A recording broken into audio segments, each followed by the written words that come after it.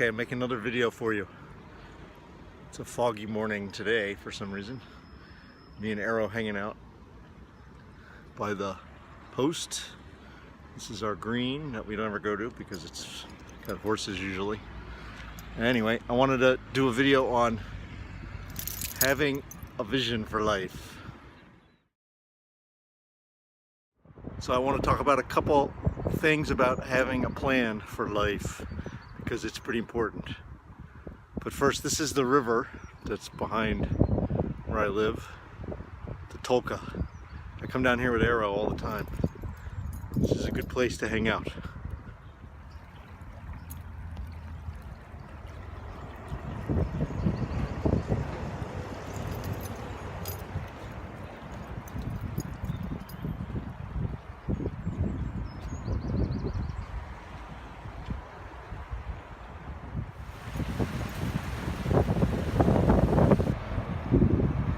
I'm wondering what comes down that path right there and crosses here, because that looks like a little game trail. So much like seeing that stork or pelican or whatever the hell it was, if you just take a minute to look around, you find some interesting things. Here we are at Cardiff's Bridge, which has been here for, well, a bridge. This one's been here for probably a couple hundred years. But there's been a bridge here for about 1100 years, according to the sign I was reading the other day. Kind of interesting. This river crossing was important. Apparently there were iron deposits near here, and so someone made a foundry and a forge. And then of course there was a little bit of a village that grew up around here, but then it moved up on top of the hill, which is where I live. I think having a plan can mean, one, you get to make things that last a long time, and two, you have a little more of an anchor in life.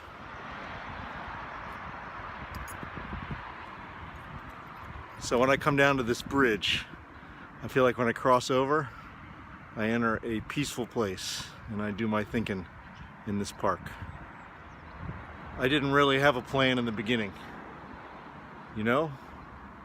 Actually, when my friends all graduated high school, they had a plan. They went to colleges and all.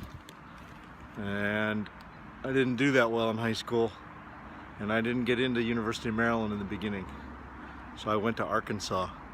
No plan, but I think I started to build a plan. And then when my parents, your grandparents died, I knew I needed a plan or I was gonna end up in some deep shit.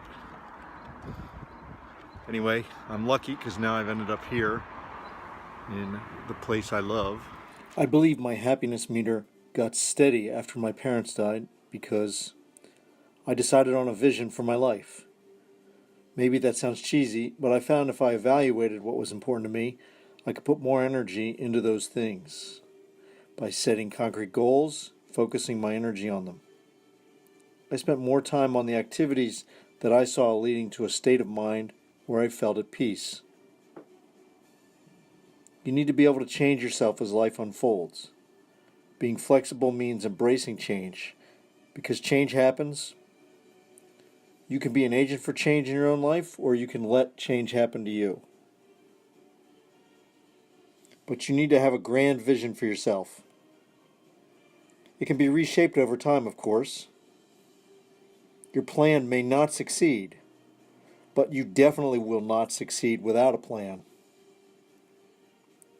Without a vision, your goals will be haphazard, and you might just end up passing time in life. Goals are individual experiences and accomplishments. A vision is the big picture that can help define you. What do you want to be known for? What do you want to be? There are things like this that enable you to answer questions that are tough. What do you want life to look like? at your age of 20, 30, 40, 50, beyond? Who do you want to surround yourself with? What are the greatest things you can accomplish? So, how do you get the resources and set up the circumstance to make those things possible? Happiness is a state of mind. It comes and goes like sunshine. There's always going to be rain. Ultimately, though, what can you contribute to the world? Make yourself proud that you did something about changing the world. I think about, when I die, what do I want people to say about me at my funeral? I think if you address these questions, you can find a vision for yourself that'll be clear. What matters to you? What is the meaning of life for you? How should you live your life? What value can you create? What resources and experiences do you need to support this life? That's why going to university, studying the right things that interest you, that expand your thinking, your viewpoint, those are important. Of course, there's no perfect or right answers. The aim here is to set a target for yourself. You can change your answers anytime. I mean, as you change, you've got to change those answers. You got to focus on health. Keep yourself physically fit. Remember, first rule of Zombieland, cardio. You've got to have the abilities, the skills, the knowledge to make your way through this world. You got to have the character. You know, that's why scouting is so important to me. It gives you a pretty clear model of what your character should be. You got to focus on your relationships. Friendships, family, all of that. Finally, you got to figure out what you're going to do with your time.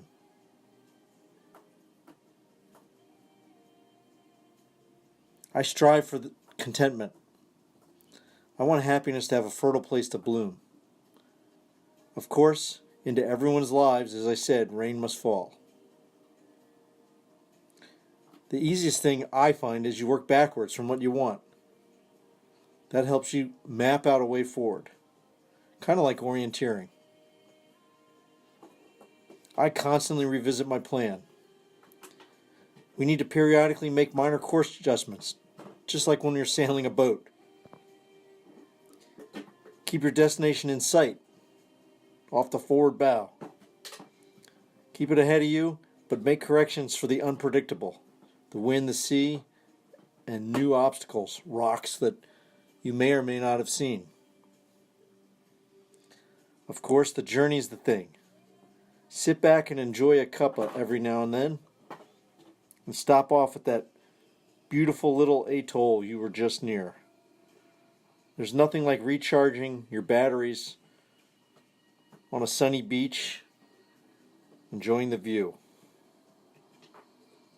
What do you want out of this brief time you have on this planet? As Batman might say, stand for something, or you'll fall for everything.